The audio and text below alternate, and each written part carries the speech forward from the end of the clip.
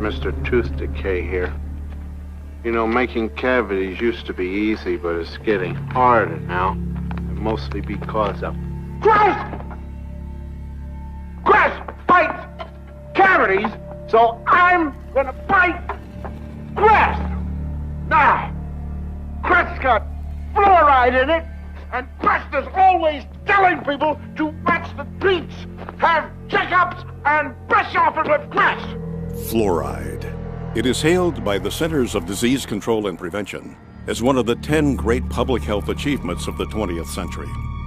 In fact, for over 60 years, the American Dental Association has stated that brushing with fluoride toothpaste will prevent tooth decay.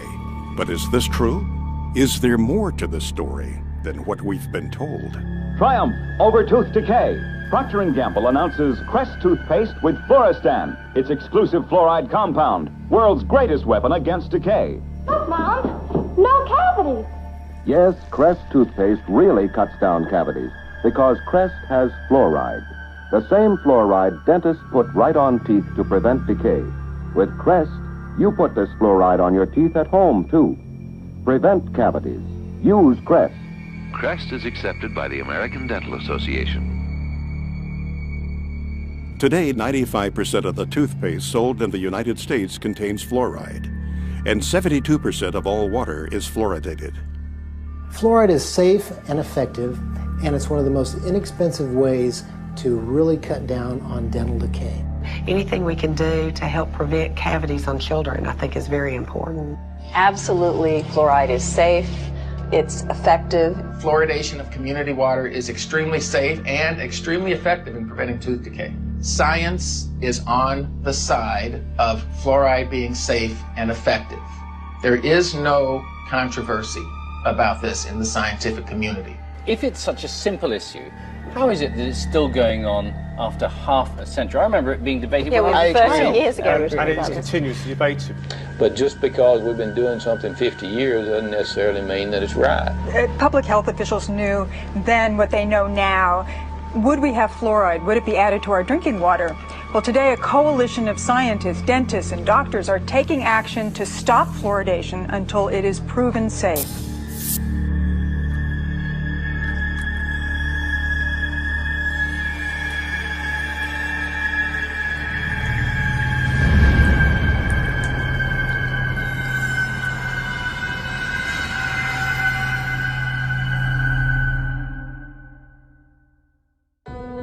The first widespread commercial use of fluoride was for the eradication of vermin. Since the 1800s, sodium fluoride has been a key ingredient in rat poison and insecticides. These products were commonly used in and around the home to kill lice, mice, rats, and insects. Fluoride proved to be not only a good way to kill rodents, but also an effective way to kill a man. As the use of fluoride became more popular, reports began flooding in of people dying from ingesting this toxic substance. Headlines screamed, "Roach poisoned in pancakes kills 11 men. Rancher takes dose of poison by mistake." Article after article, all having the same tragic endings, proving that sodium fluoride can and does indeed cause death. In fact, during the last part of the 19th century, the Industrial Revolution was taking hold of the modern world. An unfortunate byproduct of this technological revolution was that it created the most toxic pollutants known to man. And the most hazardous and destructive of them all was fluoride. In his award-winning book, The Fluoride Deception, investigative journalist Christopher Bryson examines fluoride's disturbing history.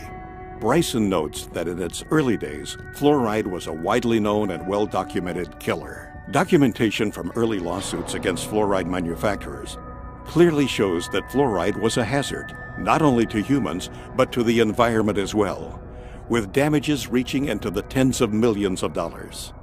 By 1930, the aluminum industry was the largest and most influential fluoride polluter. Industrial giants such as Alcoa knew they had to do something. Vegetation and livestock near Alcoa plants were being decimated as toxic fluoride fumes lingered, rendering nearby cattle lame and crippled, even causing death. One newspaper article from that time proclaimed, "During the past year, we had 51 head of cattle die. We had laboratory tests made, and these tests show excessive amounts of fluorine in the liver and kidneys. Also, some of our young cows had lost their teeth. Our saddle horses were so crippled from fluorine poisoning, they had to be shot. The serious nature of fluoride toxicity was beginning to be realized. As a result, fluoride's threat to corporate America was laid out in an exhaustive review conducted by the U.S. Department of Agriculture.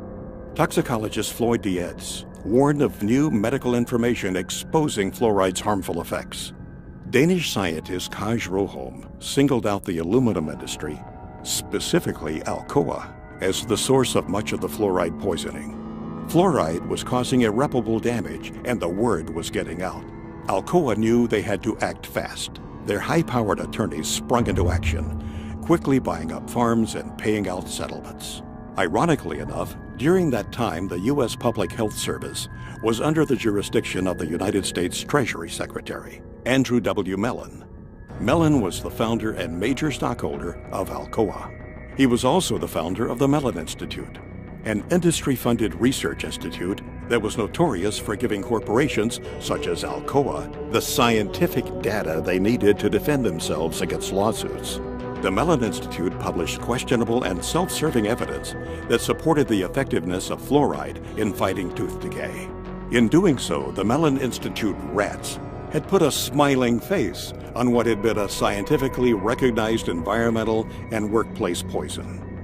It was an aluminum industry-funded scientist, Dr. Gerald Cox, who worked at the Mellon Institute, that first made the proposal to artificially fluoridate public water supplies. Mellon's economic interest in fluoridation was obvious. Fluoridation provided the chemical industry an opportunity to void liability of their poisonous fluoride waste by means of promoting it as a health benefit. The official human experiments began in Grand Rapids, Michigan on January 25, 1945. 107 barrels of sodium fluoride were delivered to Grand Rapids, where city technicians began tipping them into the city's water supply. They were the first to publicly fluoridate their water. It was to serve as the test city, and its tooth decay rates were to be compared with those of non-fluoridated Muskegon. The study only lasted 5 years. There are no permanent teeth in a child born at the beginning of the study. It was an unblinded study. They did no measure of safety, and they claimed that there was a tremendous benefit to the permanent teeth. Well, there weren't any permanent teeth in the children that were born at the beginning of the study, and soon thereafter they fluoridated Muskegon, the control city. It's a phony baloney study used to demonstrate the benefits, where there are none. Unfortunately, fluoride's ugly side has almost entirely escaped the public view. As Bryson points out, historians have failed to record that fluoride pollution was in fact the biggest legal worry of the industries that were involved in developing the atomic bomb program. As some may remember, the Manhattan Project was a secret program which brought the atomic bomb into existence. But what most people are totally unaware of is the fact that fluoride was an essential element in the production of the atom bomb. There's a guy named Harold Hodge that was the chief toxicologist for the Manhattan Project, and basically, in order to create the nuclear weapons, they needed massive amounts of fluoride. He was hired as a toxicologist or part of the team to determine, is there going to be any toxic effects of fluoride in this project? Really what they were worried about is they were worried about lawsuits. They knew that there was negative effects of fluoride. They had to basically invent this whole scheme so they could use the high levels of fluoride in the Manhattan Project to create atomic and nuclear weapons. For more than 70 years, the Public Health Service has assured society that fluoridation is safe and effective. These assurances have largely rested on the results of the 1945 Newburgh-Kingston fluoride caries trial. This study compared the safety of fluoride in drinking water for 2 New York cities, one fluoridated, the other not fluoridated. The impetus for the first fluoridated city, Grand Rapids, was born from this study. However, recently declassified documents show that this study was a complete fabrication. A trail of declassified Manhattan Project papers unearthed by investigative journalist Christopher Bryson showed that the toxicology department at the University of Rochester, which was under the direction of Harold Hodge, secretly monitored the Newburgh experiment to, quote, supply evidence useful in the litigation arising from an alleged loss of a fruit crop.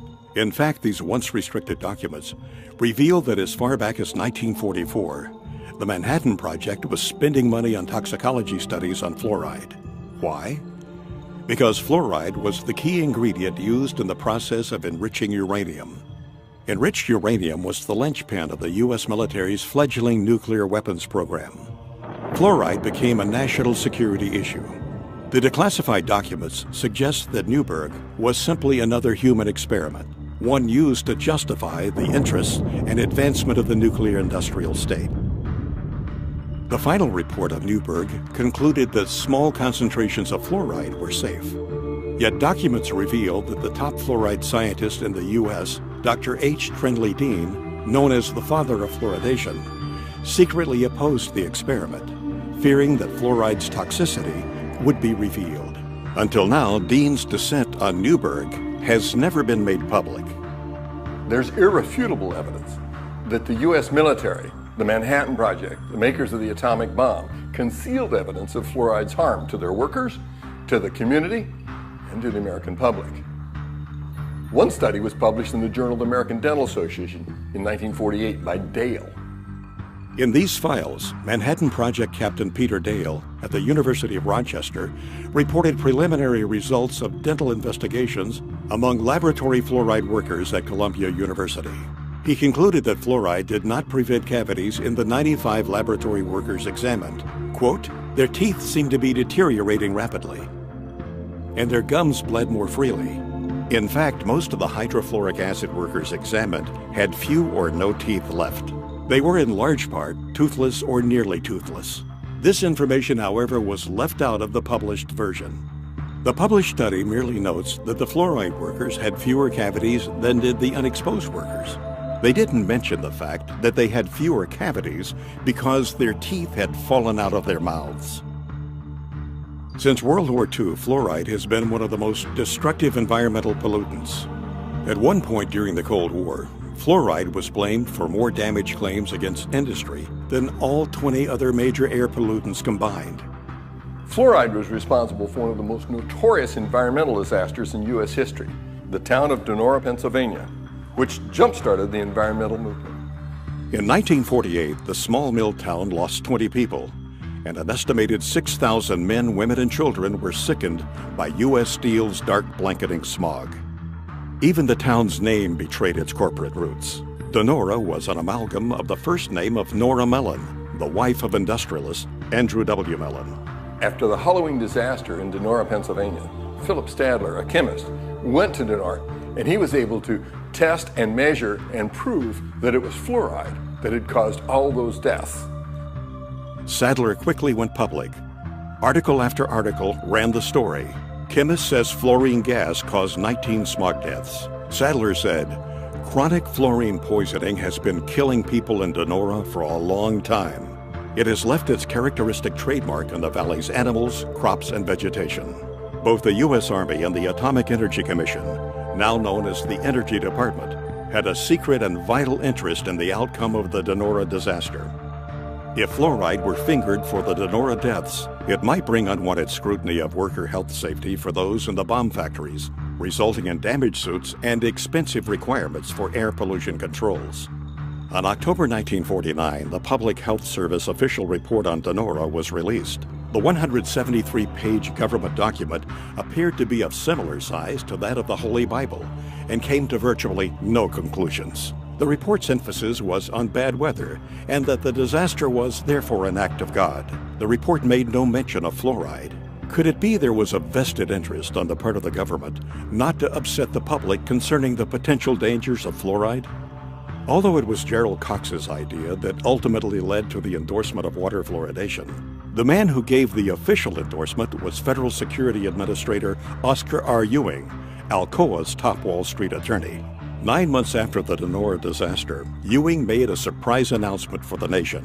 The U.S. Public Health Service was reversing a long-held position. The ex-Alcoa lawyer declared that his agency now favored adding fluoride to drinking water across the United States. Coincidence? When it came time to choose a public relations representative to persuade public opinion in favor of water fluoridation, Ewing chose none other than the father of public relations himself, Edward Bernays. When they're selling water fluoridation, they didn't just walk out and say it's good for you. They actually hired Edward Bernays, Sigmund Freud's nephew, to sell Americans on how good it was to have silicon fluoride in the water. Edward Bernays was the one that created how to control the population through media and through advertising. Edward Bernays, also known as the father of spin, pioneered the idea of crowd psychology. In 1928, he wrote a book called Propaganda, in which he wrote, "If we understand the mechanism and motives of the group mind, is it not possible to control and regiment the masses according to our will without their knowing it?" He called it the engineering of consent. Bernays introduced the corporate giants to crowd psychology methods and polished techniques to manipulate society. He convinced the population to buy on impulse things they didn't even need. In his writings, he concluded that individuals were controlled by 4 basic motivations: self-preservation, aggression, security, and sex. Bernays' belief was that by appealing to any of these 4 motives, it was possible to manipulate the majority of a population into doing almost anything. You could brainwash them into smoking cigarettes, starting war, electing politicians, you name it. And given the proven effectiveness of these techniques, it was no coincidence that the Aluminum Company of America asked Bernays to head the campaign for the fluoridation of the United States water supply. People like Bernays, were masters of social engineering. His entire thesis, if you will, is that you don't talk to the public in a rational, scientific way. Instead, you appeal to their emotions and you invoke their fears. He was key in getting women to start smoking. He positioned cigarettes as being sexy and individualistic and, power to the woman. That was the framing of why women should start smoking. A consumerist culture was born, and the United States government took notice. U.S. agencies soon adopted Bernays' techniques of manipulation to manufacture the fear of ever-present danger in the minds of the people, to give those in power greater control of what Bernays called the mass mind. He went on to propose in his book Propaganda, those who manipulate this unseen mechanism of society constitute an invisible government, which is the true ruling power of our country. We are governed, our minds are molded, our tastes formed, our ideas suggested, largely by men we have never heard of. This statement holds just as true today as it did in the 20s when Bernays first wrote it. Throughout medical science, including dentistry, poison-producing corporations have always been able to infiltrate major institutions and dominate their narrative. When Christopher Bryson was writing this book, The Fluoride Deception, he reached out to Edward Bernays. Bernays said it was child's play to convince the American public that fluoride was good for them. While the official narrative rang, the case for fluoride had been proven. Some people weren't so quick to jump on the fluoridation bandwagon. Because fluoride had been used for years as a rat poison, to kill coyotes, to kill cockroaches. Some of those opposing fluoridation were in fact dentists. And because of their advocacy for safe water, they were censored by the American Dental Association. If they worked for the Public Health Service, they got fired. If they were team players and kept their mouths shut, they got to keep their job. So out of fear, many people who knew better remained silent. The true story behind water fluoridation can be hard to swallow. The facelift performed on fluoride dating back more than 60 years ago has misled generations. Instead of conjuring up the image of a crippled worker or a poisoned forest, we see smiling children. As a new generation arises, we must sound the alarm yet again. To those who have ears to hear, this film is meant to be a warning. This film will prove beyond a shadow of a doubt that fluoride is a deadly poison being added to our water supply. It will further prove that the chemical commonly known as fluoride is the only chemical added to public drinking water to treat you, the individual, rather than the water. The information presented in this film can change your life. It can help protect your health and the health of your loved ones. It will lay out the real facts behind water fluoridation. It will expose the hidden hand behind the curtain, pulling the levers of industry, corporate profit, and public perception. Fluoridation is neither safe nor effective, but rather a fraud. And honestly, one of the biggest hoaxes ever perpetrated in human history. To say things like tobacco is harmless, fluoride is harmless. Agent Orange is harmless, they say. DDT was harmless. Asbestos, right? Yeah, GMOs now, they say, are harmless. This is a long history of science selling out to corporate interests while the people are systematically poisoned. And to this day, people still believe fluoride is safe in the drinking water, and the majority of dentists still believe it's safe to put in toothpaste and to put in different types of compounds. Most people in America are persuaded that everybody fluoridates their water. And if you're living in a town like Albany or Long Island or Ithaca or somewhere, but the vast majority of the population of the world does not drink fluoridated water. Most of the countries do not fluoridate their water, only about 30. The countries now that have banned the use of fluoride, China, Austria, Belgium, Finland, Germany, Denmark, Norway, Sweden, the Netherlands, Hungary, and Japan. All these countries have said that fluoride, number one, is ineffective and toxic and should not be used. We are still using it. There's something wrong here. I think it's time that we become aware and do something about it. How come our country that's supposed to be, quote, so smart, uses it? Well, there's something going on here. What does the European Union know that we don't know? Nothing. Nothing. They know the same thing, that's why, but the difference is they're not getting paid off and we are, and so therefore, this is what the only thing I can come up with, because they both have the same facts. They both have the same facts. Fluoride is toxic. Fluoride is not helping your teeth. If it was really helping your teeth, why do we have all these dental problems? It's not at all. How come you can go to primitive societies around the world that never had even seen fluoride, and they have perfect teeth? Why are we having all these learning disorders? How come we're having autism? We're having all these things we never had before. Well, why don't we ask that question and answer it honestly? Answer it honestly. 98% of Europe does not fluoridate. Only 8 countries in the world have more than 50% of their population drinking water. America, Australia, New Zealand, Ireland, Israel, Singapore, Malaysia, and Colombia. Only 8. I think Europeans have come to their senses on several issues, not all of them, but on many, GMOs being one of them and fluoride being another. They've rejected these things because they're looking at the evidence. America tends to be way behind the curve on really recognizing reality in the realm of fraudulent hoax science.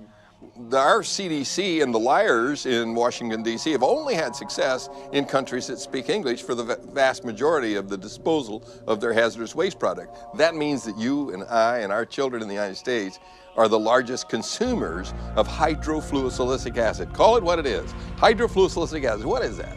Hydro is water, fluo, fluoride, silicic, sand, and it's missing an electron. It's acidic. It'll kill you. You take your hand, dip it in like that, you're gonna die. Hydrofluosilicic acid does not occur in nature. It's a man-made molecule. And it eats through concrete, glass, stainless steel, fiberglass, plastic. You name it, it'll eat it.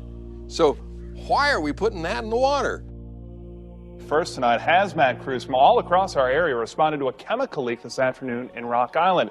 The chemical was so strong that it was burning through the concrete there. News 8's Christy Mergenthal has the latest. It was just before 1 o'clock Thursday afternoon when hazmat crews were called to the Rock Island Water Treatment Plant for a chemical spill coming from this tanker truck. The chemical hydrofluorosilicic acid is used to add fluoride to the plant's water. After several hours, crews were able to clean up the leak, allowing operations to return to normal. They had to coordinate off the area, obviously, but as far as the treatment of the water and the amount of water being used by the public, there's no effect on that at all.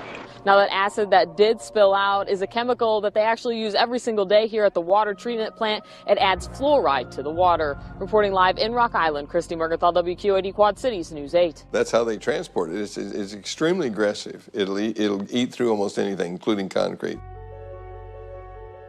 What is labeled fluoride is not naturally occurring fluoride like you might find in the ground.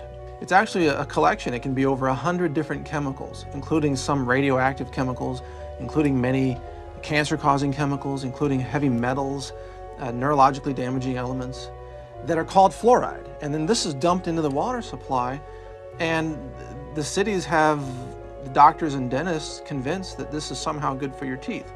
Fluoride is really a clever way for industry, the mining industry, chemical processing industries, aluminum smelting and processing industries, to eliminate their toxic industrial waste without having to pay for it to be handled as industrial waste.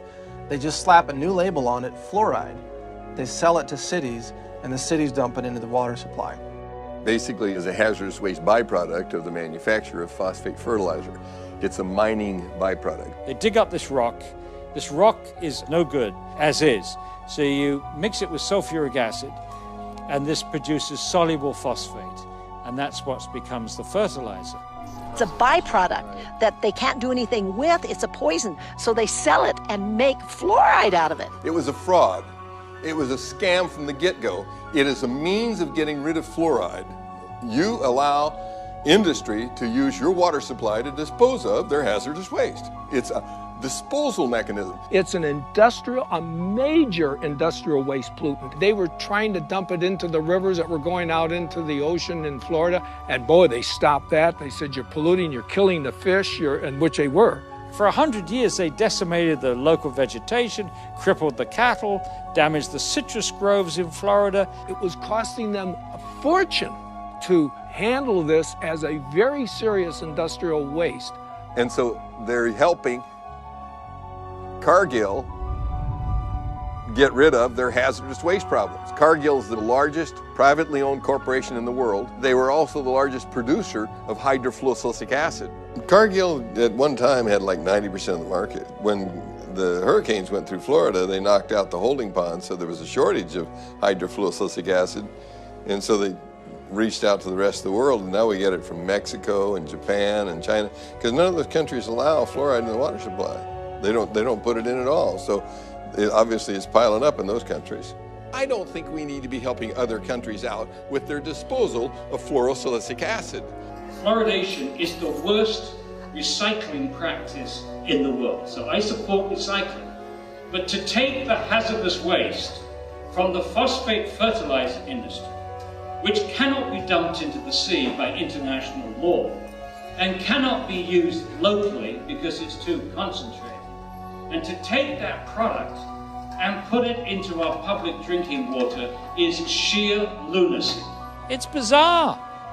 I mean, George Orwell, Kafka could have written this play. It's lunacy.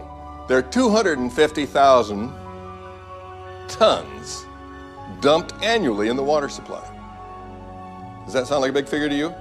If you had 1 ton and were worth over $1 million, you'd be a poor person by the time you got rid of that ton. It's extremely expensive to get rid of. Is there anybody that you know that might be willing to talk to us, perhaps a whistleblower, somebody who's been injured or? Yeah, there's a guy who wrote a book, Toxic Torts, the tell-all book about the phosphate fertilizer industry, Gary Pittman. He'll tell you the story. Is that where's he out of? In Florida.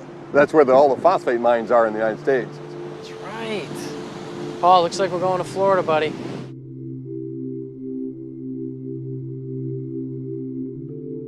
When I first started working at the Occidental Chemical Corporation's chemical plants in the early 1970s, there was no safety program in place. The only equipment you had to wear was a hard hat and safety glasses. And we didn't wear the safety glasses half the time because it wasn't enforced. The environment was very dirty. The air was filled with dust and toxic fumes. We worked 8, 12 hours a day, sometimes longer, sometimes double shifts in those conditions. When you're 18, you think you're invincible. Had a physical by their doctor, and he actually put on my application a perfect health specimen.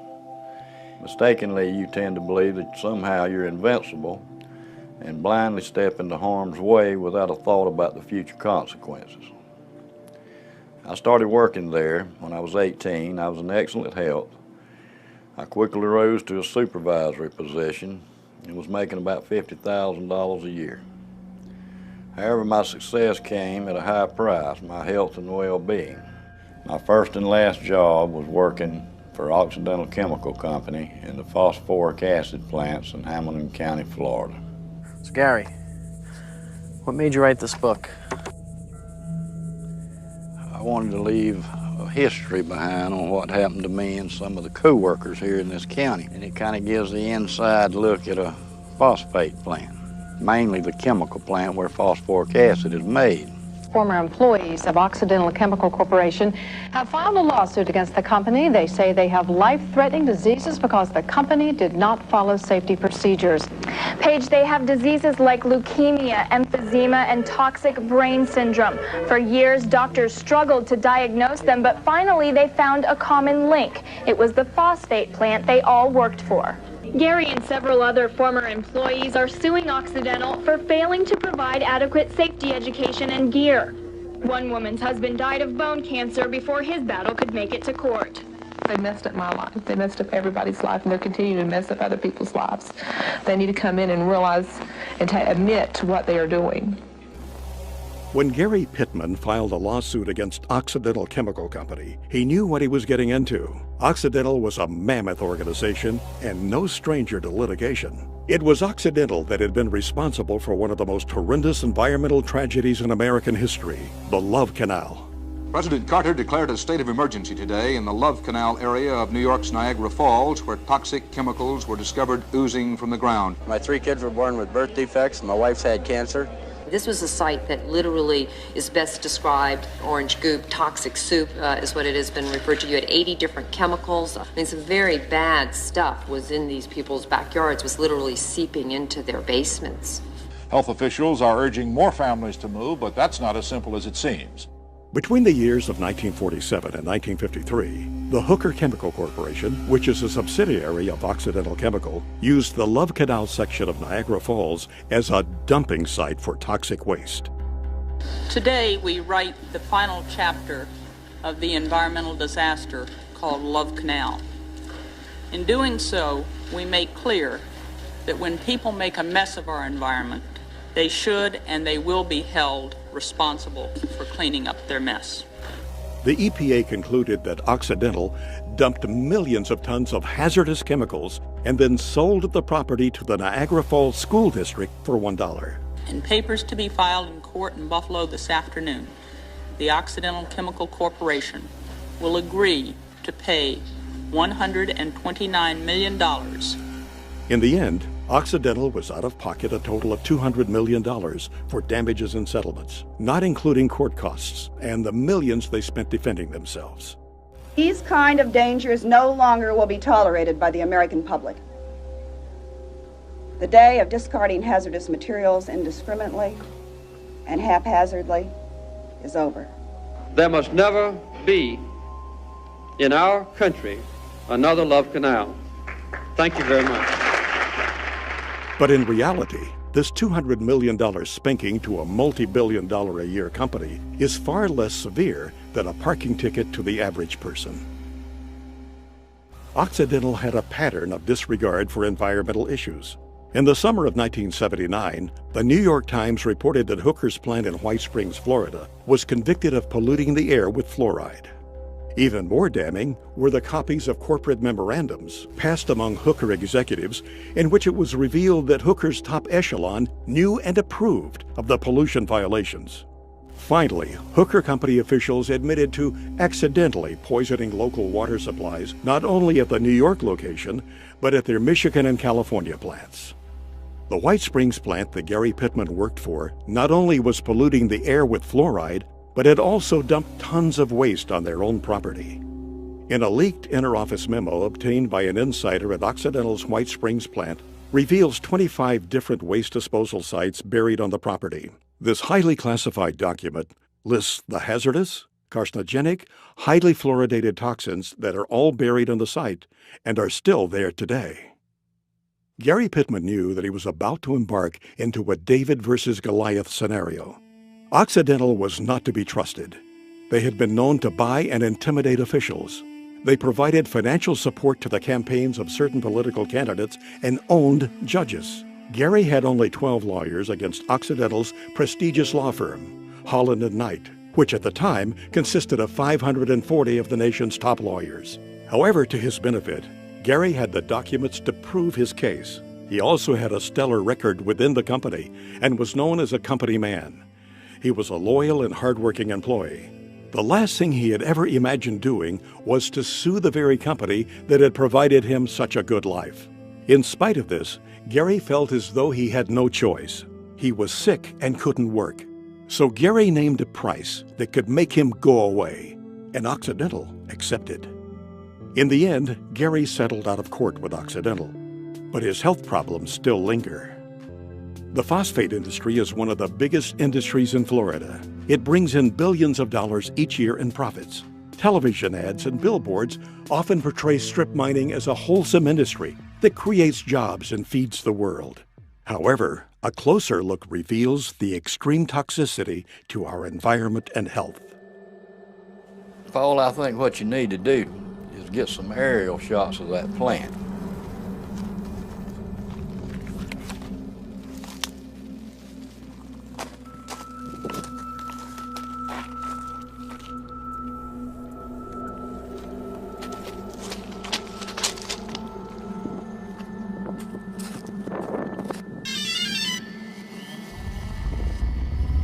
Because you cannot see the devastation going on from just riding down the road. If you could get some aerial shots of that plant, I could point out what's going on, what's happening, you know, and point out where a lot of the pollution's going on and stuff like that. What people don't realize is this is where hydrofluorosilicic acid starts, because you have to mine the rock, you have to make the phosphoric acid, and hydrofluorosilicic acid is made from the fumes off the phosphoric acid. Then it's put into the city's drinking water. I worked out there my whole life, basically, and I never seen that good of shots. You don't see this on Google Earth. I mean, you just see an overview and you get the idea that those are there, but... Yeah, what you see here is, you know, the common person never sees this. They don't really want you to see it either, because then you would know how much devastation, you know, there is at these plants. And you know what's so good about it is the general public's going to get to see this in this new film, and they can, you know, they can decide, you know. And like I said, that's where your hydrofluorosilicic acid starts. That's the way they mine. It's overburdened. They take the overburden off to get to the ore. Basically, they take a nice forest area, they cut down all the trees, they burn all the stumps, and they take all the topsoil off. The overburden is topsoil, subsoil, clays, until they get to the ore. This right here is just, they've already dug it all out. Yeah, they've mined this, and as you can see the forest in the background, and you can see the huge chunk of land that they have mined. The phosphate lobby is very, very powerful. You know, it's a sad situation. It's devastating to the earth.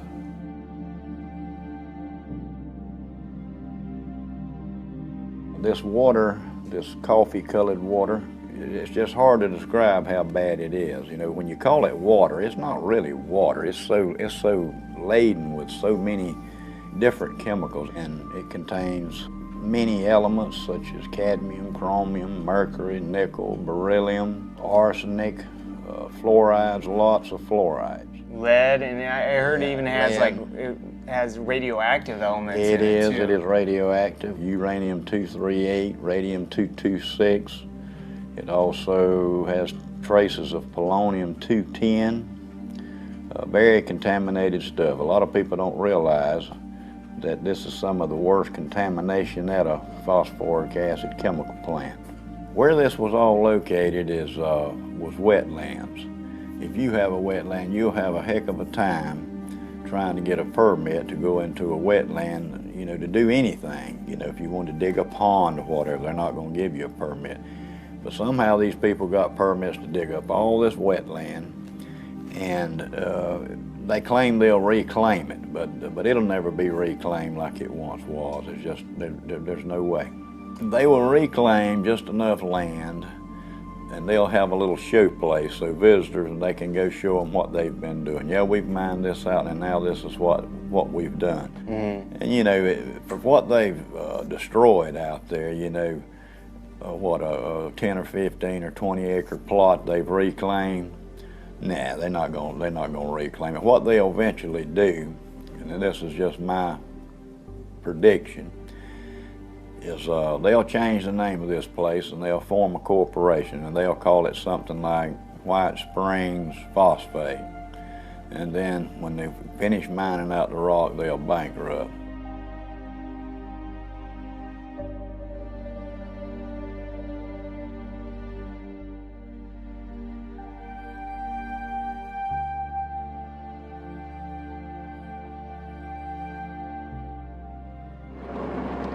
Up here on the right, we're going to have the administration offices. They used to be in the chemical plant, and they moved them. They used to eat the pantyhose off the women's legs. Wow. It says, "To whom it may concern, I worked at the above-named company, Occidental Chemical Company, White Springs, Florida, in 1968 and part of 1969. Our accounting department was located in the admin building, which at that time was located at the chemical plant. Many mornings when we employees would get out of our vehicles, women, our pantyhose would dissolve off of our legs. It was explained to us that it was a chemical fallout, not to worry. Our boss would see that each of us girls would get $1 to get us another pair of pantyhose.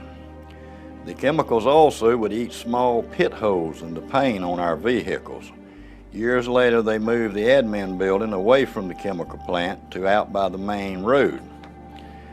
And there's several more names here of other girls that could testify to this. So there's three things you can see from the space station, and that's the Great Pyramids of Egypt, the phosphogypsum stacks of Florida, and the Great Wall of China. And that's how large they are. They have them in South Florida and Central Florida that are 400 acres big. It's a huge operation. They dig cubic tons of rock a day. What is with the water up there? The pond water is water they use for the process, and it's recycled. The water's used over and over, and it gets stronger and stronger and more contaminated. How do they contain it? Just by building a dam like that? A dam around it, and that's what I was fixing to tell you. There's no liner under that stack. It's right on top of the ground, and it is leaching. Sure it is. Into the groundwater. Yeah, I read somewhere about a sinkhole that took place. The reason the sinkhole developed is because the acidic water eating away the limestone. And once the limestone gives way, you're in the groundwater. Wow. Because in Florida, when you drill a well, you have to go through the limestone to get to the aquifer. Sure. When that 84 million gallons fell through in there, it contaminated all this water around. It had to have. Like I said, you know, it's just a matter of time before, you know, you have a sinkhole like that. It's just a weak point. Wherever there's a weak point in a cavity in the limestone is where the bottom falls. Eventually going to happen. Yeah, in all of them. In all of them. It's just a massive, massive operation. Yes, it is, and if you'll see, there's sections in this phosphogypsum stack. Mm-hmm. When the sinkhole caved in one of these, it was one of these sections. It wasn't all of it. Only that one section was 87 million gallons. Whoa. So you could multiply that times 4. You know, that's just a lot of toxic waste to be going into the aquifer. In addition to this recycled toxic water up there in those ponds, those ponds you call them, they're, in addition to that, they're taking fresh water too, right? Of course, they use a lot of fresh water because, see, this is the main thing that they don't want you to know, is what they call the water balance. It just makes them nervous if you start talking about the water balance. What do they add back when they need water if it's leaching? Right. It's going away, so they have to add some fresh water to keep the process going. Right. The phosphate industry uses more fresh water than any other industry in the state of Florida. You know, and sometimes they have to release water out of those toxic ponds. Where do they put it? They put it in the creeks and it runs into the Suwannee River. Now what they do to it is lime it to bring the pH up so it don't kill the fish immediately. The Suwannee River, they claim, is a pristine waterway. But if you ask the Fish and Game Water Commission in Florida, they'll tell you not to eat over one fish out of that river a month. Wow. Because of lead and mercury and chromium and cadmium. They won't tell you that, but that's why. Yeah, that's why. This is just a lot of the documentation I've reached through the years. What really caught my eye was, like we had talked about earlier, the 1972 through 1979 misrepresenting environmental data. And they charged them $575,000 for emitting 10 times the amount of fluoride allowed below. And I was working there when that was going on, and the fumes were just unbelievable. It pit the glass on your windshields, make them so foggy it would etch the glass. Just having your car parked out there while you're at work. Parked there. I mean, back in the 60s, you know, I mean, even earlier they realized that those fumes were very toxic. Very toxic. The phosphate company pretty much polices themselves. They have their own crews do their stack testing and all the other environmental things. And, you know, that's kind of like the fox watching the hen house. And I have been involved to where they would go up to test a stack and come down and tell me, so something's wrong. This stack is going to fail. You know, so you look around, find the problem, straighten it out, and say, okay, boys, y'all can go up there and test now.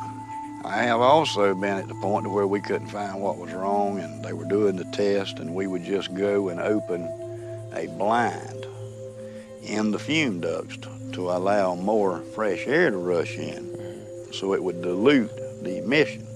But I know for a fact that they cheat on these tests. Once you know that, then you lose all faith in these regulatory agencies because you know it's all a farce. In this past, I'd say 6 months, there's been 4 people that I know of that I grew up with. They were younger than me. They were 52, all of them died. And I do honestly believe it has something to do with the phosphate chemical plants out there. I would imagine you've seen some injured employees. I've seen people burned. I've seen people blown up. I saw a man killed, and he was going to weld on a rotary drum filter. And somebody had washed it with a solution of sulfuric acid and pond water. Found out later the guy had struck an arc to weld on that thing, and it exploded. And it killed him, messed up his friend, too, that was helping. But that's a very hazardous work environment. When you digest phosphate rock with sulfuric acid, that's what you're going to give off, hydrogen fluoride and silicon tetrafluoride. Now, even at that strength, it'll eat up concrete, asphalt, stainless steel, even the fume ducts after a while, which is made out of fiberglass. Very corrosive, the most corrosive acid known to man. Used to etch glass, it's used for a lot of things. One of the things it's used for is to fluoridate drinking water. Who in the world would want to drink water with this stuff in it? The city of Dallas, Texas, like many cities across the nation, spends millions of dollars on contracts with companies like Cargill, Mosaic, and Penco to fluoridate the region's water supply. On Mosaic's website, the product listed for use in water fluoridation is actually called hydrofluorosilicic acid. The Occupational Safety and Health Administration, otherwise known as OSHA, is a U.S. agency that requires companies to produce a material safety data sheet, or an MSDS, for every chemical product in the market. The MSDS that Mosaic produces for their fluoride product will make your hair stand on end. Right here I have the Mosaic material safety data sheet on their hydrofluorosilicic acid product. A material safety data sheet is a very important document to disclose safety and health issues about possible exposure to this chemical. The MSDS sheet is supposed to inform you about what is this chemical, what's in it. So what we find in the case of the Mosaic, their hydrofluorosilicic acid, is that it is not a pharmaceutical grade product.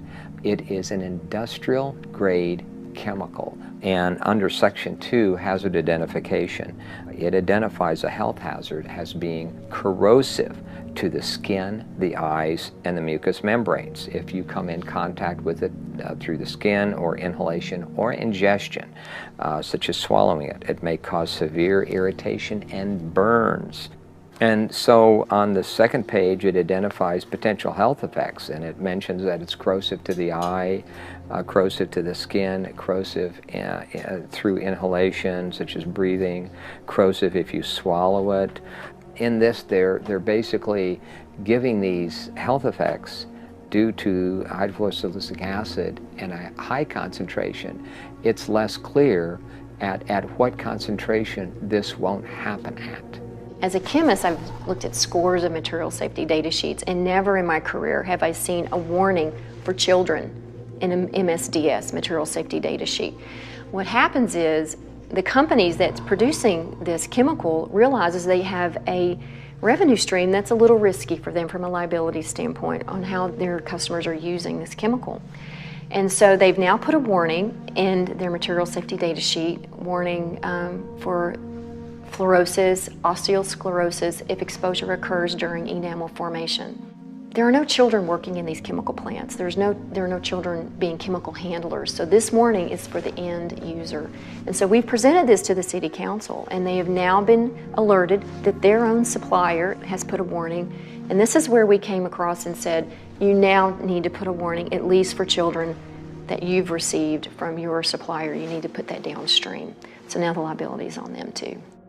Hydrofluorosilicic acid has no known benefit in human or any physiological system. It's not even useful in any mammal. So adding that to the public water supply for an alleged benefit is a fraud, and it's a crime against the citizens of this country, and it's cumulative over a lifetime. It is a very noxious poison, and you do not have to take my word for it. If you've got a Webster's dictionary, open it up. One of the definitions is fluoride, a violent protoplasmic poison. Then you have to go look up protoplasm. We are protoplasm, so violent protoplasm for us. Say, let's put that in the water and see how the kids turn out.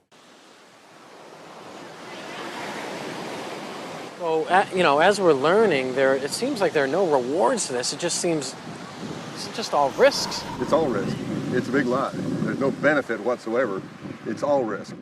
Let's get to the science. That's what I say. Instead of covering it up, let's look at the science. What do these fluoride chemicals actually do to human beings? There's all kinds of research out there showing it really disturbs the functioning of the body in a number of ways. Inactivates 62 enzymes, increases the aging process, increases the incidence of cancers and tumors up to 17%, disrupts the immune system, causes genetic damage, interrupts RNA and DNA, repair enzymes activity, increases arthritis, and is a system poison. These are all validated by scientific data. We have in America today all of the symptoms of hypothyroidism, obesity, heart disease, neurological impairment. I have been very sick. I was diagnosed with hypothyroidism about 10 years ago. There was no family history in my background that explained why I had this thyroid illness. What were some of your side effects? Feeling very cold, hair loss, concentration issues. It really controls your metabolism. So I had gained about 10 to 15 pounds, which is very unusual. I was very athletic my whole life and never was overweight. So I gained weight. I was sleeping a lot. Again, your metabolism is tuned down. Doing the research, fluoride is an irritant to your thyroid. Your thyroid wants iodine. And if it doesn't get iodine at the concentrations that it needs, then it gets whatever is closest that you're providing in the environment. If you look at the periodic table, you see that fluoride, chlorine, bromine, and iodine are all in the same column. That means they have very similar electronic structure and reactivity. So that's why your thyroid will uptake fluoride and chlorine when you're not giving it enough iodine. It's a gradual accumulation of the fluorides and the other things you're exposed to out there that just gradually wears on you through the years. And that's one reason it's hard to pinpoint a health problem. Because, you know, you work out there 6, 7, 8, 10 years before you start noticing things, and then it's almost too late then because it's already done the damage. But I've been real weak and just lethargic. Yeah. So when the blood work come back, the guy asked me, he said, "What have you been doing?" I said, "Nothing. The last few days I've been laying on the couch at home, you know, I ain't felt well." He said, "You sure you hadn't fell off of a building or something?" He said, "Look," he said, "you have a muscle destructive process going on." That was exactly what he told me. And I said, what does that mean? He said, "You got a muscle destructive process going on, and there's nothing I can do to help you." One of the key questions is, if you run the world and you don't want competition, how do you shut down people's consciousness? How do you do that? Well, you put poisons effectively into the water supply that compromise these gateways of consciousness. And fluoride is one of the most powerful poisons that is routinely used for this purpose. The pineal gland is actually kind of located in the center of the brain, and it secretes two hormones, DMT and melatonin. Melatonin actually regulates your sleep cycles, and it's kind of like a feel-good hormone, which also helps regulate your puberty, and it helps regulate all your hormone structures inside your system.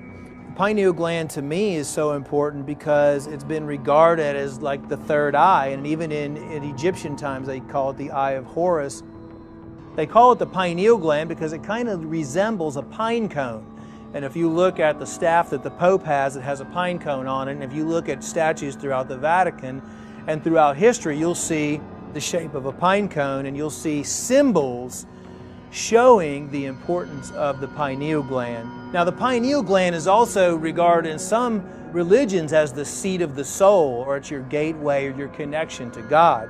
If you know that the pineal gland is the consciousness of the human, and that could be your connection with God, why not take it out? And the fastest and easiest way to take out the pineal gland and to calcify the pineal gland would be with fluoride, because fluoride has an affinity for those areas in the body that produce calcium hydroxyapatite. Today in the United States, children are reaching puberty much earlier in age than they did in the past. Some evidence indicates that fluoride, via its effect on the pineal gland, could be a contributing cause to this trend. In 1997, Jennifer Luke published her PhD thesis on fluoride in the pineal gland. In her dissertation, she conducted animal studies and concluded that fluoride exposure has been found to cause early puberty in females. Similar findings have been reported in 2 epidemiological studies of human populations that are drinking fluoridated water. The first study was conducted in 1945 during the Newburgh versus Kingston fluoridation trial. It was discovered that girls in fluoridated Newburgh were reaching menstruation on average 5 months earlier than the girls in unfluoridated Kingston. But the result was not thought to be significant at the time. In 1983, another study was conducted in which a man with the last name of Farkas reported that girls living in highly fluoridated towns began their first menstruation cycles at a much younger age than girls living in less fluoridated areas. When the pineal gland is calcified, it causes an onset of puberty. In my documentary, Crippling Waters, one of the ladies in there, we called her the star, a 9-year-old girl. Take a look at her. Does she look 9? She's exposed to high fluoride in her family's well water. Her dad, who's only 20 years older, is starting to bend over like this and starting to become crippled. he can't put his hands above his head. The calcification of the pineal gland is an adaptive process so that that child can have babies by the time she's 14 because she's going to be crippled by the time she's 40.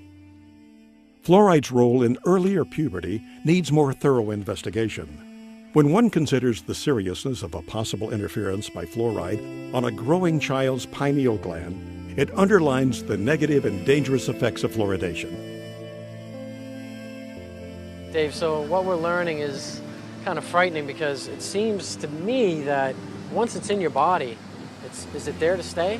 Yes, you can't get it out. You can cut some of the harm by mitigating the damage and avoid it like the plague, but you really can't get it out because it's stuck in your bones. And that's why you have all the skeletal symptoms, you know, the joint pain, the arthritis, and all that stuff. The first signs that fluoride is poisoning your bones is pains in the joints, stiffness in the joints, pains in the bones. Well, you go to the doctor with pain in a joint, he says, oh, you got arthritis. Well, arthritis, joint, ritis, pain, oh, okay, joint pain. So we got somebody speaking to us in Latin, oh, you got joint pain, super duper. We have millions of people with arthritis in the United States and in fluoridated countries, 1 in 3 adults. Nobody's ever looked to see if some of those arthritis cases may have been caused or exacerbated by fluoride. Just not looking. Are bones with more fluoride stronger or less strong? And the answer is less strong. And they got studies where they tried to give them a dose of fluoride, sodium fluoride, to cause an increase in bone mass. It did, but it weakened the bone itself. So those are case-controlled studies. That's the gold standard in medicine. So we have case-controlled studies showing that if you give people fluoride, it accumulates in their bones and it causes the bones to become white, opaque, increases the bone density, decreases the bone tensile strength. And they actually took bone that was removed from people for the purpose of replacing a joint or a hip, put it in a little device here where you put a weight on there and snap it, and they showed that the more fluoride in the bone, the quicker it snaps. Have you ever wondered, how come everybody has hip replacements, knee replacements? I mean, you can go on and on. I can think back when I was a kid, that didn't happen. You didn't see all these crippled people. I mean, you saw a few, but it wasn't common. I mean, how does it end up in our bones? Is it that where our body just finds? It's calcium-rich tissue, so your body parks it there because it's got to dispose of it some way, otherwise it would kill you. So it parks in the bone and then it kills your bones.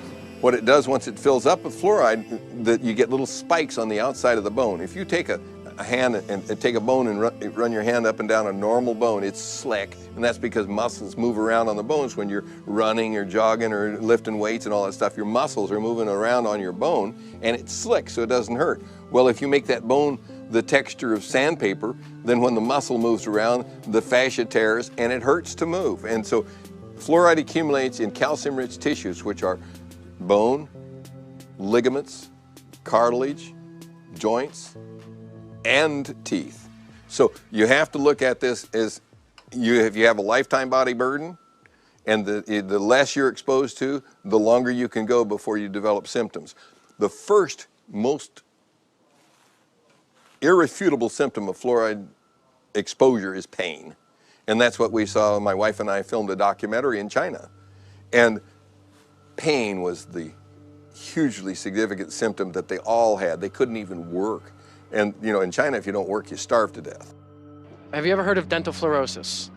No. No. It comes when somebody's overexposed to fluoride. Awesome. That's a picture of very mild dental fluorosis. And so is that.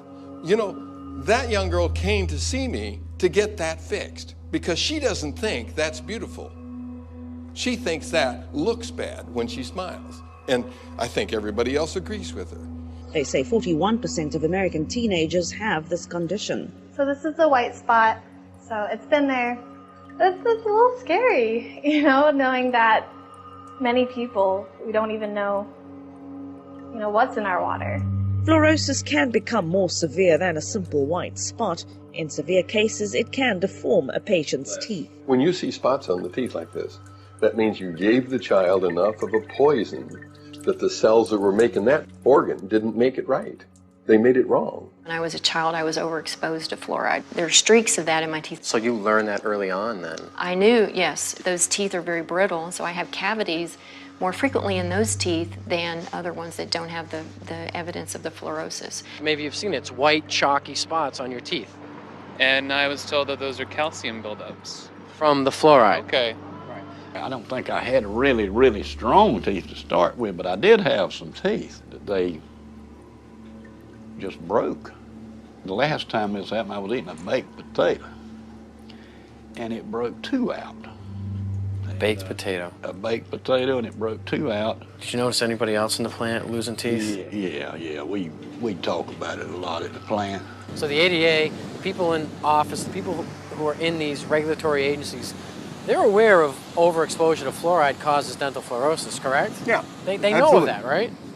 And they know that dental fluorosis, the teeth become weakened, they chip, they fall out. Brown, spotted, ugly, wear away real fast. Yes, they know all of that. We took California, we took the whole state.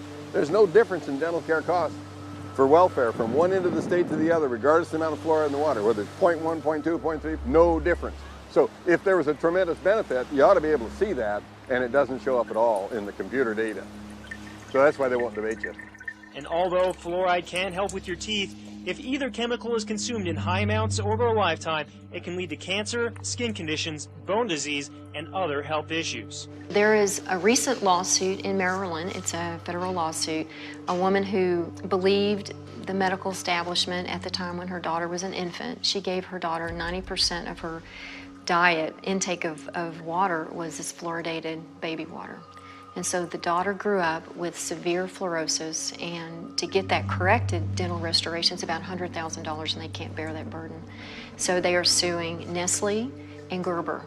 So putting it in a baby bottle when the child doesn't have any visible teeth, there's no way on God's green earth that can have anything except a negative impact on that child. It will damage that baby's teeth. But they sell it in the grocery store as baby's first water. I've seen that for years. How do we educate women to not buy this for their babies? And this is why we wanted the warning for infants, because they're the most at risk. They drink their weight in water within 2 or 3 days. If you and I did that, we'd be drinking 22 liters a day. I mean, it just goes back to the whole, these regulatory agencies that are supposed to, be kind of looking out for our best interests, and as you know, they're not. There's no reason for the FDA to allow them to sell this as a food. It's a crime. I hope they're punished someday. I say they have a duty to warn. They have a duty to warn you. Not one manufacturer of formula says, by the way, don't use the tap water. Women, infant, and children, WIC program. We contacted them. They refused to tell mothers not to use the tap water. And you know what she said? It would damage the fluoridation program. Fluoride is safe and effective, and it's one of the most inexpensive ways to really cut down on dental decay. Fluoride is safe and effective. Fluoride is safe. Fluoride is safe and effective. Well, there's a study from 20 years ago showing infant mortality was higher in fluoridated communities. Is that why? I don't know. Why didn't they do a follow-up study? I think that would be interesting to know. Children have died, There's been a case of a child who swallowed this. The dentist left the room. The parents didn't know. The kid swallowed it, had to be rushed to hospital. They couldn't save him. He died. So yeah, it's very toxic substance. There's no question about that. Is that the kind of stuff that a responsible parent would be putting in their child's hand? FDA in 1997 required manufacturers of toothpaste to put this warning label on it. It's the same as you'd have on a loaded .38 caliber pistol.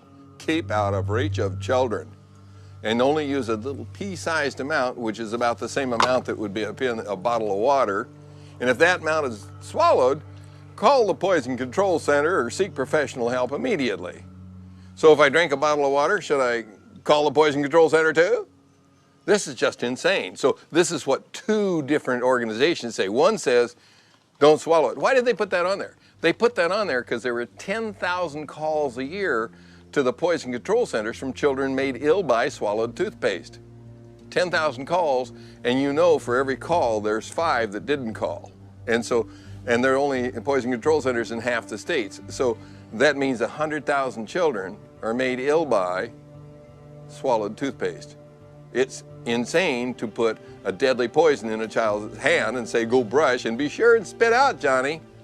Fluoride has been a slow process of introduction into the dental profession where it's commonplace for us to consider fluoride as the thing to do to help decay. But we now know, statistics have shown us, that fluoride is not working. It's very toxic to you and can cause everything from cancer to depression. So, yeah, it's a serious issue. You are meant to have the right to informed consent to medication.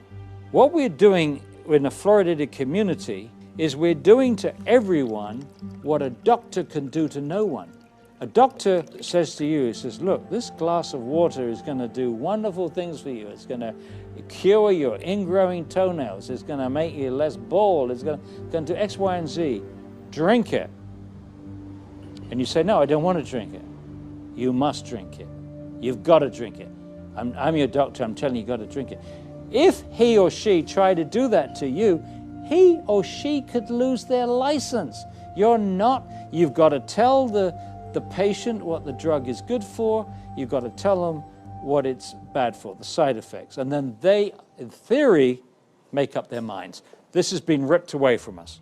Water fluoridation is the dispensing of a drug. This is not chlorine. This is not any number of the other chemicals that are used to treat the water. Fluoride is being put in specifically to alter you physically, to make a physical change in you. Fluoride is a drug, is a medicine. This is the only thing anywhere in the world that gets added to the municipal drinking waters to actually treat the human.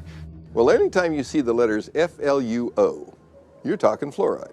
And so when you start realizing that Prozac is a fluoride product, Zoloft is a fluoride product, virtually all of your psychotropic drugs, almost all of those that are mood elevators. And one of the reasons being is because it has this tremendous capacity to affect serotonin. Serotonin being the chemical that goes from one neuron to the other brain neuron. And so when we looked at the selective serotonin reuptake and basically an inhibition of the serotonin to be taken up, that's the fluoride that's doing that. Prozac is fluoxetine. It's a fluorinated psychoactive. Matter of fact, almost all your psychoactive drugs are fluorinated drugs. They put it in there both as a carrier and an accelerator of the effect. The actual active ingredient in Prozac is fluoride.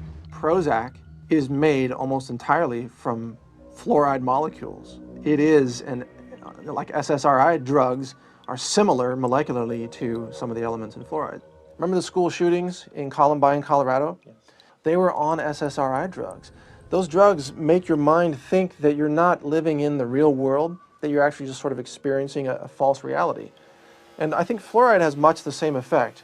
There's tons of products that are pharmaceutical products that, in some cases, the fluoride is just being used to what I call potentiate it, to actually make it a stronger one.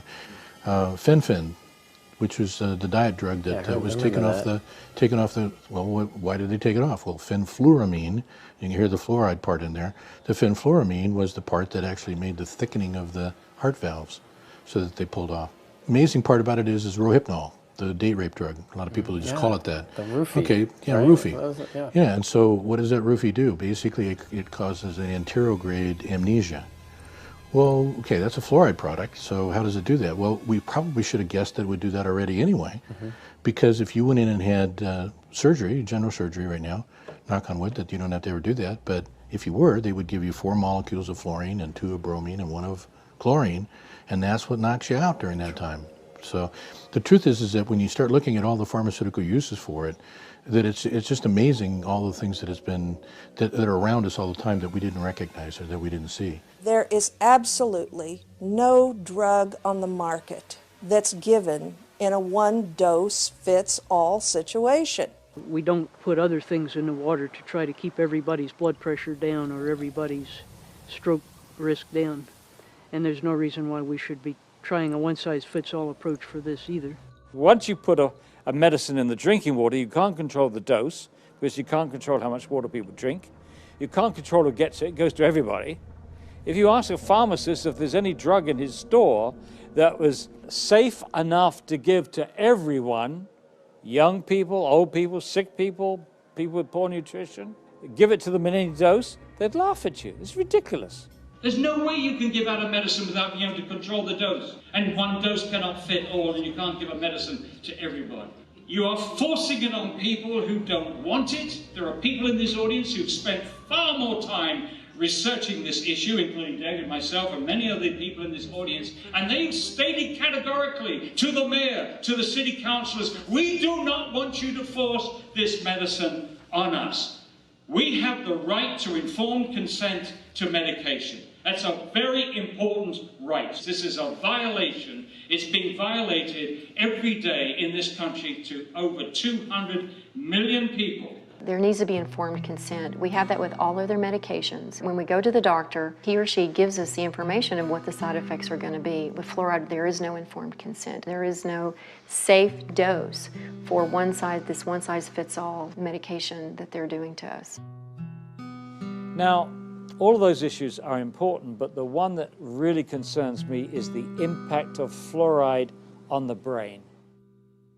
A study panel for the EPA listed fluoride as amongst 109 chemicals for which there was significant evidence of neurological effects. It has definite impact on the neurons, which is the nerve parts of the brain. You don't just grow those back. It's not like, well, I cut myself, so now I'm renewing my cell. It doesn't happen to the neurons. There are so many ways that fluoride could be damaging the brain. We know this from animal studies. Dr. Phyllis Moulinex exposed rats to fluoride to work out its effects on the human brain and the central nervous system. What we did was we exposed them, let them drink the fluoride in the water for 6 to 20 weeks. The pattern that we saw, it typically is what we see with other neurotoxic agents that are well known to cause a hypoactivity or a memory problem or an IQ problem. When I first presented the results of these studies, one of the individuals sitting and listening to the results, he says, "Do you have any idea what you're saying?" And he says, "You're telling us that we're reducing the IQ of children." Look, the first opponents of fluoridation in this country in the 1950s were biochemists. These biochemists had used fluoride in their experiments to poison enzymes. And they, including Dr. James Sumner, who won the Nobel Prize for enzyme chemistry at Cornell, and he said, fluoride poisons enzymes. You don't want to put this substance into the body. Poisoning enzymes is what makes people sick. Poisoning enzymes is what kills people. It's highly likely that you're going to get subtle effects on the brain that the parent is not going to notice. No wonder that our children can't read and write. It's no wonder because we're damaging their brains with a stupid preventive dentistry program that doesn't even work. We have behavioral studies, and we have 24 IQ studies, 24 studies which now show an association between fairly modest exposure to fluoride and lowered IQ. They've actually got it down to a 1 milligram dose of fluoride causes a 0.59 loss in IQ points. The average IQ is 100. So if you're 95, you're in the back of the class napping because you can't understand what the person in the front is saying. And you're going to get a nice job pushing the broom around. So what if you got twice that dose? Okay, you're down to 90. So what they showed in studies in other countries is that you lose all your genius out of your society. You've damaged the intellect. But new research from China supports Dr. Moulinex's conclusion that fluoride affects mental development and IQ levels. I've heard a great deal about a chemical that can be used on the teeth to help prevent decay. Is that a good thing to use? It certainly is. We use a fluoride solution, and we have evidence that for some people... 50 years ago, American government scientists had clinical evidence that fluoride affected the central nervous system. But all this was kept secret. Chemical? You're going to put some chemical in my mouth? All mention of the effects of fluoride on the central nervous system was stopped. In my view, fluoride is where lead was in the early 70s. That argument lasted about 10 years, and it was finally proven that, yes, low levels of lead, lower than caused visible symptoms, was in fact damaging a child's mental development. I think the same thing we're going to find with fluoride. As someone who has gotten off of fluoride, I can tell that my thought processes and my concentration is higher. And so when you damage the IQ of the children, you lose your place in the country as a leader, and we have. And that's because of the damage that our government has allowed to happen to the intelligence of our children. If there wasn't research out there that's shown conclusively that it affects the brain and the neurons, that it affects the immune system, that it affects the bones, and it is incorporated into your body, fluoride bonding is strong. You get something fluoride bonded, it's not easy to get it off. Well, what's going on? Fluoride is now in thousands, and I really mean thousands of products where it has worked its way in, and I don't understand why. I had a good friend of mine come up to me one day when I still lived in the valley. He says, Karen, he says, look, there's fluoride in Cocoa Pops, and there's fluoride in Fruit Loops, and I'm going, what? What the heck is it doing in that stuff? Pesticides operate in a lot of cases because they have fluoridated compounds. Sadly, the dentists have begun to add fluoride to their filling materials, their cements, they even put a varnish on children's teeth. I don't believe these have been legitimately FDA approved. I've checked on them. There's no new drug applications on file for fluoride to be ingested, and none have been submitted. So if you're going to give a child a dose of fluoride, show me the FDA approval where that's beneficial and even safe. It doesn't exist. The medical system that tries to say we need to ingest fluoride, that's really the only element they believe in. They won't recommend magnesium to reduce heart attacks. They won't recommend calcium. They won't recommend zinc for immune boosting function. They only believe in one element, and it's fluorine. You know, how come they don't look at the other elements that are needed? See, that's why it's very selective. It's a dogma.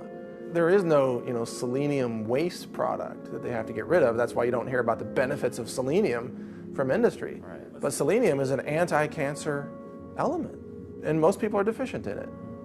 Chromium, trace element for blood sugar regulation. Most people are deficient in it. Why don't doctors and scientists say, let's put chromium in the water? Because they're not trying to get rid of it as a toxic waste. That's why. If you look at the table of elements, you got to consider the whole thing. It's not scientific to say, well, let's just put this one element in the water. Well, what about all these others? Water fluoridation is a hoax. It's not scientific. It's not good medicine. It's not public health policy. It's a desperate attempt by certain industries to eliminate a toxic poison by feeding it to the people and calling it public health when it's clearly waste disposal. It comes down to this? Yeah, the government's paying 35 dentists at the Center for Disease Control to go out and promote the addition of silicon fluoride to the public drinking water. So it's making a lot of people who can't do dentistry money. Where money and power are is a magnet to criminals. And so Washington, D.C. becomes a vortex of evil. And I'll tell you, when you're controlled by a few people, which is the government, who controls the government? Money. Big money. And if they're about money, then we have a conflict of interest. We want our children to grow up healthy and strong, and they want to make profits. There are solutions out there. There are answers to this. There's a ways to get around and possibly clean up your system. What can we do? The best thing you can do is look at what the body's made of, which is water. Every living substance is composed of water. People ask me, what's the easiest, simplest way to start regaining my health? I say, change the water. When you start flooding your body with water, if you have no access to anything else, no supplements, and eating clean foods, which would mean raw, organic fruits and vegetables, and if you have access to superfoods, which would be like chlorella, spirulina, blue-green algae, stuff like that, I still think that distilled water is the best. I recommend adding organic apple cider vinegar to their distilled water because what it does is it brings it back to life. When you distilled water, you lose all the minerals in it. It's a clean water, but it's not an active live water. So what I do and what I recommend, you can get a distiller for $300 or $400 and run your tap water right through the distillation unit and fill up your 5-gallon water containers. And then every time that you fill it up, put a little cap full of organic apple cider vinegar in there, the raw kind, and then you're getting vital nutrients, live enzymes, probiotics, and it's just one of the cheapest, most effective ways to regain your health or to just, you know, give you a lot of good, active, live nutrients, and it brings the water back to life. But you know, the big problem is you can get the best water in the world to drink and cook with, but what are you going to do about your shower? In fact, I would even say don't shower in tap water. That's so toxic that, look, where I live now, I'm drinking and showering in either rainwater or well water. If we have the ability financially to purchase these filters and these purification systems, it is the most important investment you could make for your family. You really need to invest in yourself, in your food, in what you're drinking, and more than you are your clothes or your electronics or your car. It is the priority. When you accumulate all these chemicals in your body, you have to do something to get rid of it. The antidote to fluoride poisoning is calcium, magnesium, vitamin C, selenium, and iodine. And you can get rid of it with perspiration, which is saunas. You can get rid of it by drinking more water and having it go out in your urine. The right diet can bind to those elements and help clear them out. I'm not drinking any more water with fluoride. I'm not eating foods with fluoride. I'm not cooking my pasta rice soups with that fluoridated water. So I completely took it out of my diet. Considering the fact that fluoride toxicity has become a huge problem, kind of teamed up with Alex Jones and his staff over there, and I was asked, what can we do? There's no product on the market that targets specifically fluoride detoxification and fluoride cleansing. So I was asked to put something together that would do that. It's really a combination of 6 of the most potent compounds we could find working together in unison to help you eliminate or detoxify fluoride from your system on a regular basis. This product is something that people can take on a daily basis or take on a weekly basis or take to help their body naturally eliminate fluoride from their system. There are 2 strategies for really getting fluoride out of the water supply. One is that you can have the citizens, protest, go to the city council meetings, rise up against the chemical tyrants, and demand clean water. Just demand clean water, that's it. And if more people would do something like this, instead of just turning a blind eye, that's what's wrong with our country. People see wrongdoing, but they just pass it by, let somebody else take care of it. So I imagine you're kind of going to be the Lone Ranger standing up and saying, I don't want my water medicated anymore. We should be calling our congressmen and trying to say, hey, What are you doing out there? What are you doing around the well? That's our water. I should have to choose if I want fluoride in my water. Why am I demanded that I have to have fluoride in my water? If enough people will contact their legislators, contact them either through phone calls, through snail mail. I mean, if they get enough of that on a particular issue, by golly, they do set up and take notice. Go there and bitch, because that's your public servant, okay? Last time I checked, they work for you. You got to get a lot of people angry enough that they'll go out and stand in the rain and tell the city council that they're not going to get reelected if they don't do what we tell them. They're not going to keep their seat if they continue to poison our water. If you follow the democratic process, then this issue has already been solved. Unite and let's make it happen, because I was thinking about it today, and I'll just wrap with this, but I was thinking about it today because I knew you were coming over, and I just sat there and I literally just prayed to God. I said, God, I don't know there's got to be a way. Open up a way that we can help this nation and the world get its health back, and let health be the #1 priority and profits that's next, not profits over health. And let's let people get the truth. This is all about us taking our world back.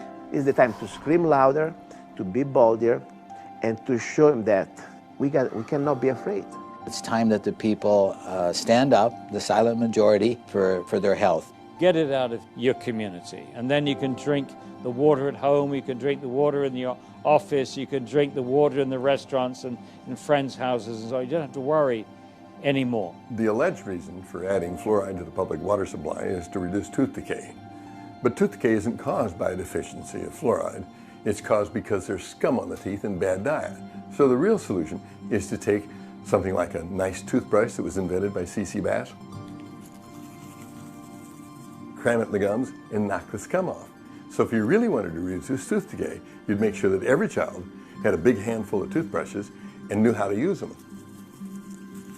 And you dig all the scum off the gums, because it's scum living on the teeth that causes tooth decay. I don't want to poison the scum, I want to scrub it off the teeth and then not feed it. So you don't give it sugar, white flour, and bad food, processed foods. You give it good foods. Then you will have wonderful teeth and abundant good health. Is there hope? There's always hope. I mean, that's what I tell everybody. Even when I had cancer patients, I always say, listen, there's always hope. When you feel healthy, you feel self-confident. And when you feel self-confident, you feel successful. So regardless of how bad things are, you can never lose hope. I mean, you always have to know that there's always change and there's always things you can do. Even if you do one tiny thing every single day, you're still positively changing. And if you tell one person, or if you pass an email out, or you share information, once we hit critical point, which we're almost at, it's like the 100th monkey phenomenon. The mass consciousness will change. And I believe we're almost there. So never give up, and always, no matter what, never give up hope, because that's what you have. I just want to thank you from the bottom of my heart. You're such a sweet, sweet soul. Again, Charlie, thank you so much for letting us come by here today. Well, I would just like to say, great speech, man.